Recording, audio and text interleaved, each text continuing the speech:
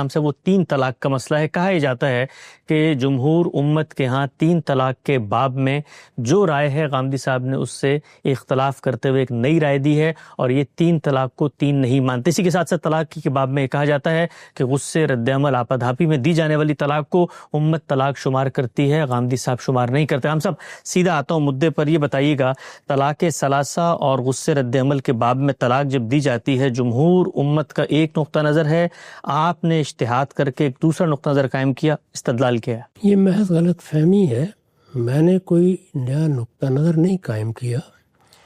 اس میں سب سے پہلے رسالت مآب صلی اللہ علیہ وسلم نے اجتہاد فرمایا۔ اچھا۔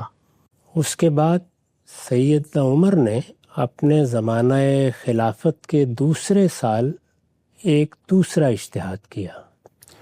ہمارے ہاں اس دوسرے اجتہاد کو قبول عام حاصل ہوا ہے، چنانچہ ائمہ فقہ بالعموم اسی کو بنیاد بنا کر 3 طلاق کے مسئلے سے متعلق اپنا فتویٰ دیتے ہیں۔ میں نے اس دوسری رائے سے اختلاف کیا ہے۔ اچھا۔ اختلاف کس پہلو سے کیا ہے؟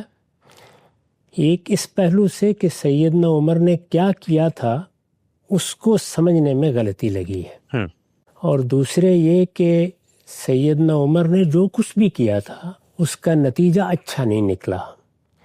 تجربے نے ثابت کر دیا ہے کہ وہ اجتہاد مسلمانوں کی جمعیت کے لیے ان کے احوال کے پیش نظر موزوں نہیں تھا، چنانچہ ہمیں رسالت مآب کے اجتہاد کی طرف لوٹ جانا چاہیے۔ اچھا، یہ میرے موقف کا خلاصہ ہے۔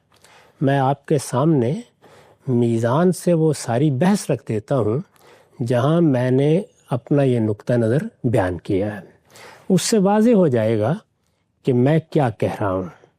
میں نے لکھا ہے یہ طلاق کا صحیح طریقہ ہے۔ کیا مطلب؟ یعنی اس سے پیچھے طلاق کا وہ طریقہ بیان ہوا ہے جو اللہ تعالیٰ نے ہمارے لیے اپنی ہدایت کے طور پر نازل فرمایا۔ طلاق کس طرح دی جائے گی، اس میں ابتدا کہاں سے ہوگی، خاتمہ کہاں ہوگا، اس پورے طریقے کی میں نے اس جملے سے پہلے جو کچھ لکھا ہے اس میں وضاحت کی ہے۔ اس کے بعد میں نے لکھا ہے یہ طلاق کا صحیح طریقہ ہے، یعنی جو میں نے اوپر بیان کر دیا۔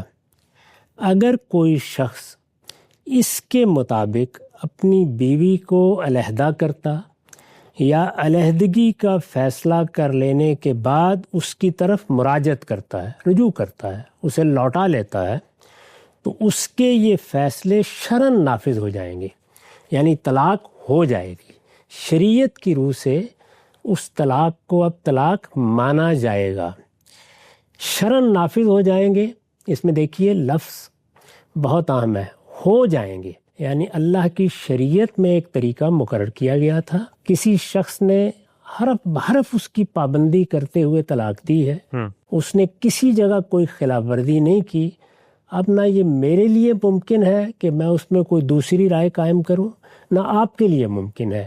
اللہ تعالیٰ کے بتائے ہوئے طریقے کے امتثال میں ایک شخص نے بالکل درست طلاق دے دی ہے، تو اس میں جو تعبیر اختیار کی گئی ہے وہ کیا ہے؟ وہ طلاق واقع ہو گئی ہے، وہ طلاق نافذ ہو گئی ہے۔ اللہ تعالیٰ کے قانون کے مطابق اب اسے طلاق مانا جائے گا۔ یہ طلاق کا صحیح طریقہ ہے۔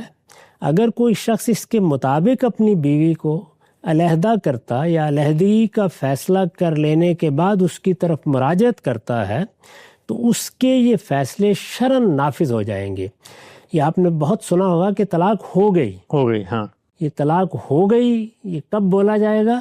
جب طلاق اللہ تعالیٰ کے بتائے ہوئے طریقے کے ٹھیک مطابق دی گئی ہے۔